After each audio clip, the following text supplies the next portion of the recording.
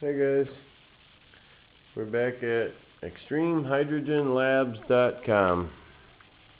Haven't seen you in a little while.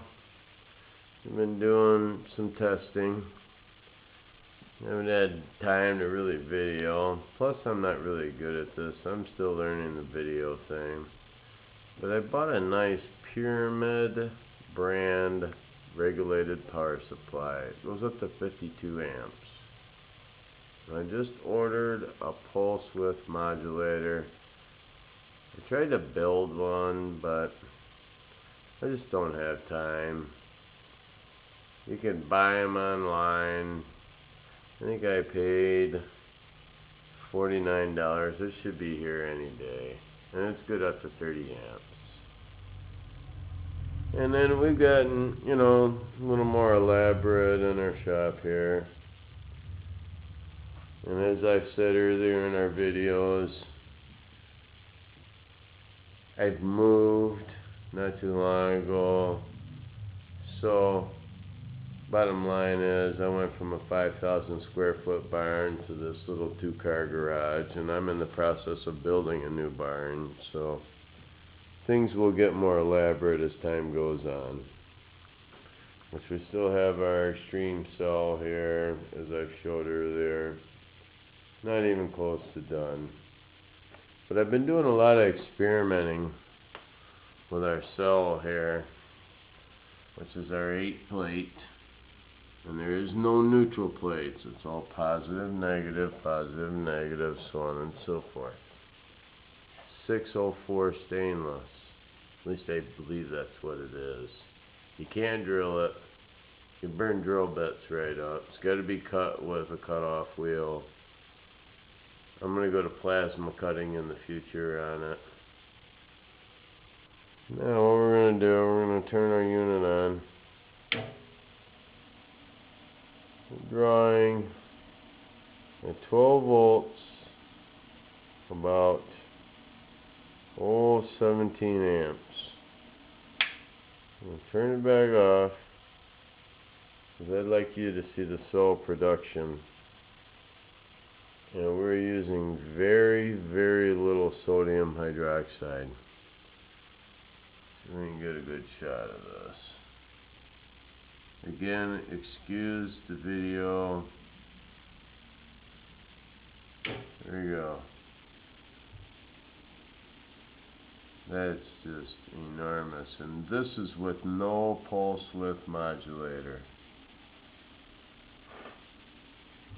And this is exactly 12 volts. Which you see right here. I even backed it up with an analog meter, which is connected right on here. And we're going to take her up to 15 volts. Which now, that takes us to 20 amps. No big deal. Oh, we got a timer going off here. Let's turn that off. We don't need that on. That thing's doing pretty good. And we have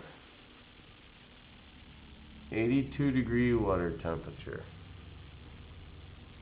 Let's just see, we have very, very good production. And it is very explosive as far as taking my little pencil tip torch to it. And let's see if we can get a shot in here. I think I probably need to buy a new camera. It's not a cheap camera, but it's not the greatest. That looks like pretty good production. The amperage is down. And we're hitting probably 20.5 amps at just a slight bit under 15 volts. And we can turn it down.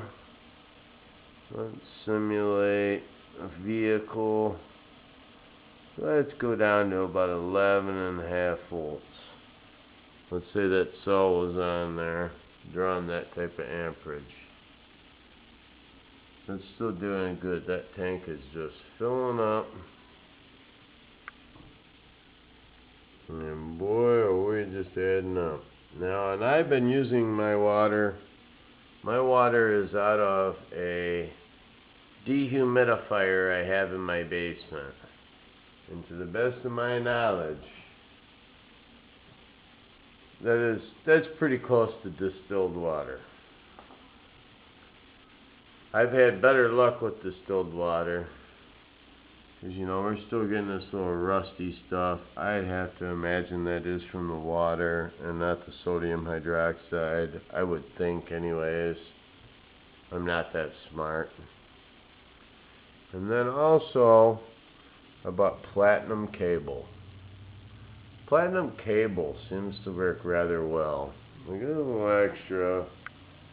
It's not the cheapest, but I seem to get a good voltage right to my plate system without a heavy amperage. And as you see here, we are at about, I'm gonna guess there, probably 17 amps. And we're about 11.5 volts. That thing's cooking pretty good. I have no complaints about that whatsoever.